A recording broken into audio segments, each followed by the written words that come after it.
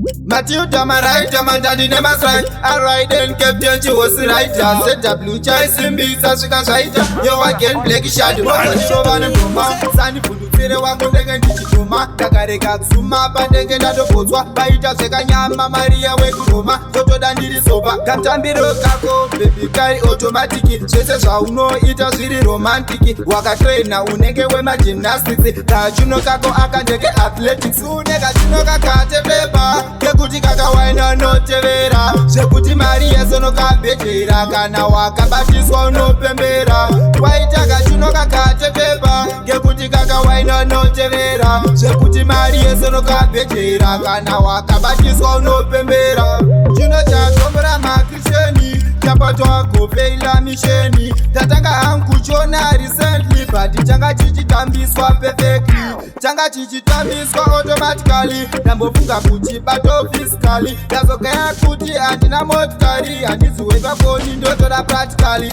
kune kachinoka katepepa ngekuti kakawaina notevera zvekuti mari yesonoka bhedhera kana wakabatiswa unopembera waita kachinoka katepepa ngekuti kakawaina notevera zvekuti mari yesonoka bhedhera kana wakabatiswa unopembera changa chichisimudzwa chega chichigara kuita matanze munhu akupusha bhara vese vanorwadziwa vachaona hora sekuwa the body baby wakadhasharara ini ndini adhamu iwe ndiwe ivha tamba namanjenjenje kutodya neliva wakanibira mwoyo wangu bebi uri mbivha kana uripo dhazi robha ranakidza kune kachinoka katepepa ngekuti kakawaina notevera zvekuti mari yesonoka bhedhera kana wakabatiswa unopembera waita kachinoka katepepa ngekuti kakawaina notevera zvekuti mari yesonoka bhedhera kana wakabatiswa unopembera chino chatombora makristeni chapatwa kufeila misheni tatanga hangu chona recently but changa chichitambiswa perfectly